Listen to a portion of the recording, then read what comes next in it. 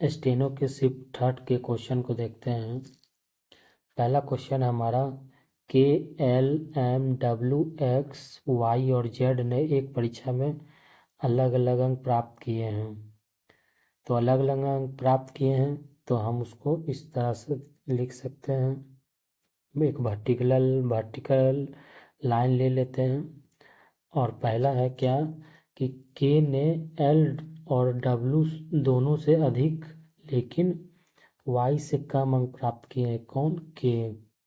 के अगर हम बीच में ले लेते हैं तो वाई से तो कम है और एल या तो डब्ल्यू से क्या हमारा अधिक है। एक्स ने केवल वाई से कम अंक प्राप्त किए हैं तो वाई से कम अंक तो एक्स के नीचे वाई के नीचे एक्स रहेगा। अब ना तो एल और ना ही एम ने सबसे कम अंक प्राप्त किए हैं, यानी एल हमारा कम अंक प्राप्त करता नहीं है। आगे पढ़ते हैं। जेड ने एल से अधिक लेकिन एम से कम अंक प्राप्त किए हैं। तो इसका मतलब यही है कि डब्ल्यू सबसे कम प्राप्त करता वाला अंक है जो, तो यहाँ पे आपका एल नहीं होगा और यहाँ पे डब्ल्यू नहीं होगा।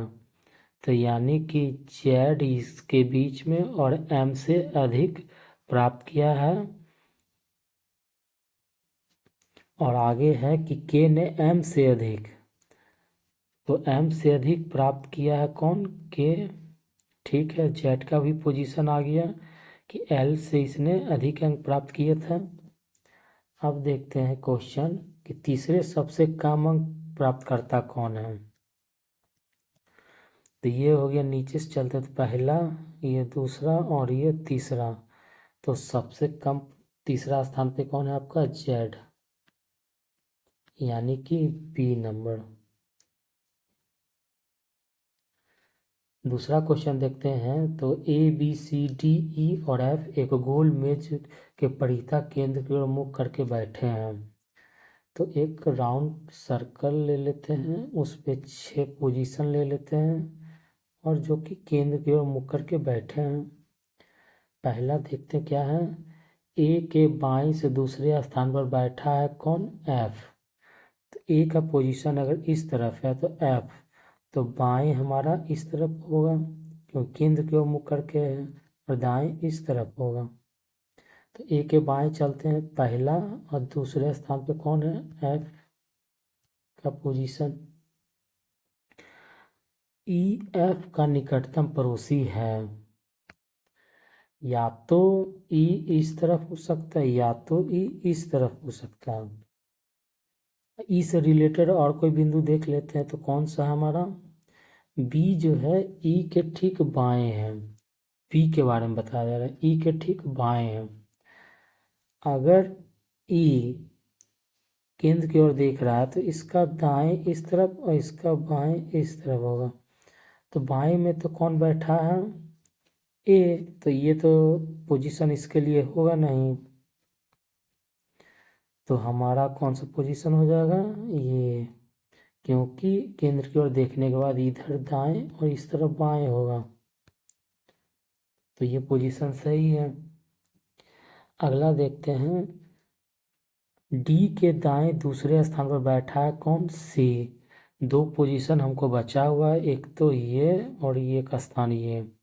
अगर डी इस तरफ लेते हैं तो दाएं, तो पहला दूसरा पे तो ई आ जाएगा, तो ये पोजीशन होगा नहीं डी के लिए। तो डी अगर हम यहाँ रखते हैं और इसका दाएं केंद्र के मुख करने पर दाएं इस तरफ जाएगा, बाएं इस तरफ जाएगा। तो पहला और दूसरे स्थान पर सी, ये खाली स्थान है तो भर जाएगा, सी के लिए पोजीशन हो जाएगा।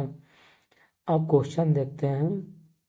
बी के बाएं, बी हमारा कहाँ? यहाँ इसके बाएं। अगर ये केंद्र की ओर देख रहा है तो इस तरफ दाएं, इस तरफ बाएं। बी के बाएं से दूसरे स्थान पर, तो ये पहला और ये दूसरे स्थान पर कौन है हमारा? ए बैठा हुआ है। तो ये हमारा इसका आंसर है।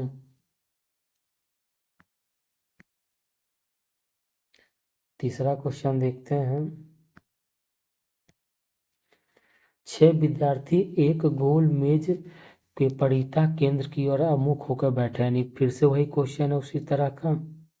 तो 6 विद्यार्थी है तो 6 पोजीशन ले लेते हैं, केंद्र की ओर मुख करके बैठे हुए। अब दिया अर्जुन के बाएं और दूसरे स्थान पर है, तो अर्जुन के बाएं से दूसरे स्थान पर कौन है? दिया। तो अर्जुन का पोजीशन अगर हम यहाँ रखते हैं तो इसके बाएं इस तरफ इस ओर होगा, तो बाएं हमारा इस ओर होने पे पहला और दूसरा।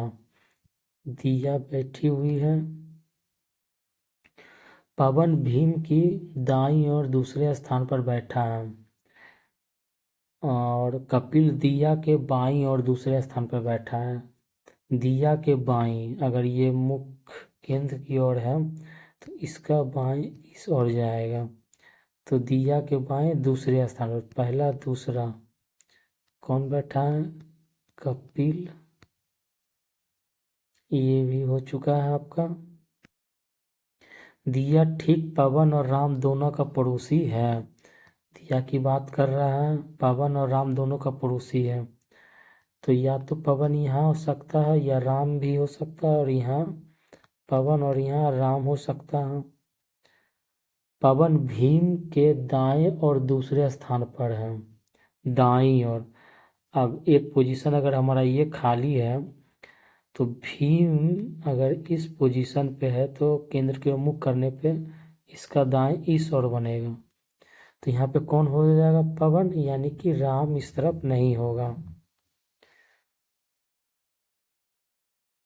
तो यहाँ पे आ जाएगा आपका पवन, शॉर्ट में लिख दिए थे उस समय, और राम। अब देखते हैं क्वेश्चन क्या पूछा जा रहा। पवन और भीम के बीच कौन बैठा है?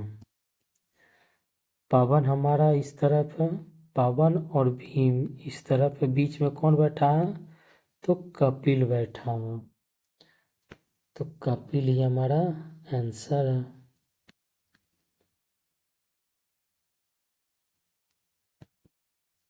नेक्स्ट वीडियो को देखने के लिए अपलोड की जाएगी। Thanks for watching. Follow me. Please comment करें।